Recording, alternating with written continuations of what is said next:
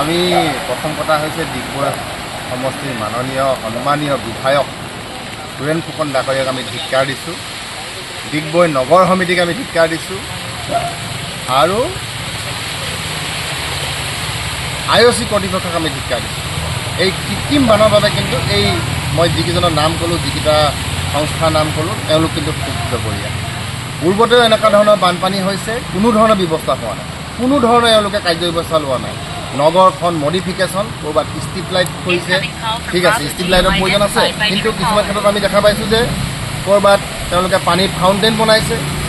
এওঁলোকে অকল বিউটিফিকেশ্যনৰ ওপৰত গুৰুত্ব দিয়া দেখা গৈছে, কিন্তু যি আমাৰ অতিকে আজি বৰ্তমান যুগত এটা খুবেই এটা চিৰন্তন সমস্যা হৈছে, এইটো হৈছে কৃত্ৰিম বানপানী।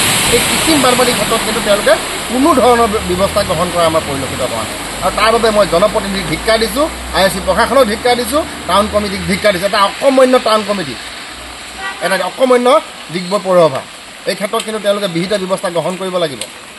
এতিয়া প্ৰায় আমাৰ যিমানটা ৱাৰ্ড আছে তাৰ পৰা আধা সংখ্যক ৱাৰ্ড পানীৰ তলত ডুব গৈ আছে।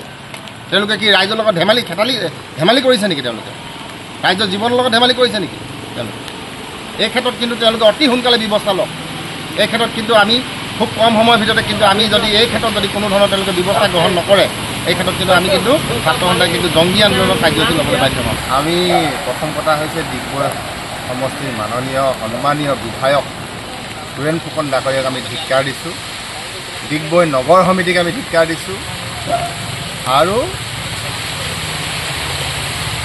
IOC কৰ্তৃপক্ষক আমি ধিক্কাৰ দিছোঁ। এই কৃত্ৰিম বানৰ বাবে কিন্তু এই মই যিকেইজনৰ নাম ক'লোঁ, যিকেইটা সংস্থাৰ নাম ক'লোঁ, তেওঁলোক কিন্তু ক্ষুব্ধপৰীয়া। পূৰ্বতেও এনেকুৱা ধৰণৰ বানপানী হৈছে, কোনো ধৰণৰ ব্যৱস্থা হোৱা নাই, কোনো ধৰণৰ এওঁলোকে কাৰ্যব্যৱস্থা লোৱা নাই। নগৰখন মডিফিকেশ্যন, ক'ৰবাত ষ্ট্ৰীট লাইট কৰিছে, ঠিক আছে, ষ্ট্ৰীট লাইটৰ প্ৰয়োজন আছে, কিন্তু কিছুমান ক্ষেত্ৰত আমি দেখা পাইছোঁ যে ক'ৰবাত তেওঁলোকে পানীত ফাউণ্টেইন বনাইছে।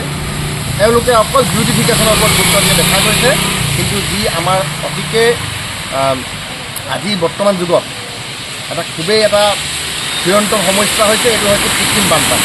এই কৃত্ৰিম বানপানীৰ ক্ষেত্ৰত কিন্তু তেওঁলোকে কোনো ধৰণৰ ব্যৱস্থা গ্ৰহণ কৰা আমাৰ পৰিলক্ষিত হোৱা নাই। আৰু তাৰ বাবে মই জনপ্ৰতিনিধিক ধিক্কাৰ দিছোঁ, IOC প্ৰশাসনক ধিক্কাৰ দিছোঁ, টাউন কমিটিক ধিক্কাৰ দিছোঁ। এটা অকমান্য টাউন কমিটি, এটা অকমান্য ডিগবৈ পৌৰসভা, এই ক্ষেত্ৰত কিন্তু তেওঁলোকে বিহিত ব্যৱস্থা গ্ৰহণ কৰিব লাগিব।